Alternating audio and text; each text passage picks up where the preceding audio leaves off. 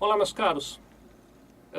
Eu trago hoje um tema para nós refletirmos, que é a questão daquelas situações em que há necessidade de reembolso de despesas, seja para os sócios de uma determinada empresa, para os administradores ou mesmo para os funcionários daquela empresa. Imagine uma situação tal em que alguém da tua equipe, seja dono da empresa, sócio, administrador ou seja um funcionário, ele se vê na necessidade de realizar uma determinada despesa que não pode esperar um processo de aprovação normal, enfim, não dá para esperar que a empresa pague. Então, vamos pegar o caso de um funcionário, por exemplo, né? Ele vai atender um determinado cliente, vai visitar um cliente, chega lá no cliente, ele convida o cliente para almoçar e acaba pagando o almoço do cliente. Além disso, ele pode eventualmente ter posto gasolina no carro dele para ir até lá, ou pode ter pego um táxi para ir até lá, por exemplo. Enfim, ele teve despesas ali que ele fez em nome da empresa usando o dinheiro dele. Como é que a gente faz para tratar na contabilidade essa questão? Bom, primeiro aspecto importante é o seguinte, é que a utilização do procedimento de reembolso de despesas, ela, não precisava nem dizer, mas vou chover no molhado, ela não tem absolutamente nenhum caráter de repasse de verbas, de remuneração indireta, nada disso. Eu estou falando aqui que o reembolso de despesas ele só é legítimo na medida em que aquela despesa foi de fato realizada e de fato está atrelada a um dos objetivos sociais da sua empresa. Para isso ficar bem claro, o ideal seria o seguinte: primeiro, que você instituísse na sua empresa um formulário de reembolso de despesa.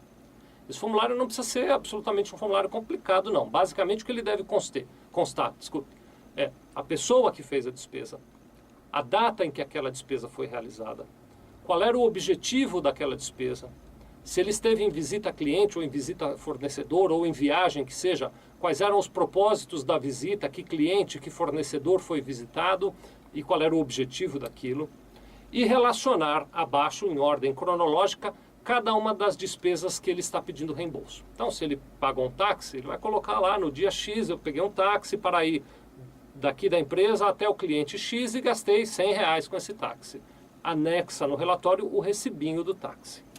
Depois, em seguida, ele vai colocar lá que no dia Y ele foi almoçar com o cliente ou foi almoçar com o fornecedor no restaurante tal e gastou R$50 com aquele almoço, junto à nota fiscal ou cupom fiscal daquele almoço. Vai marcar ali que ele pagou no dia Y tantos reais de estacionamento em visita ao fornecedor tal, junto à nota fiscal do estacionamento.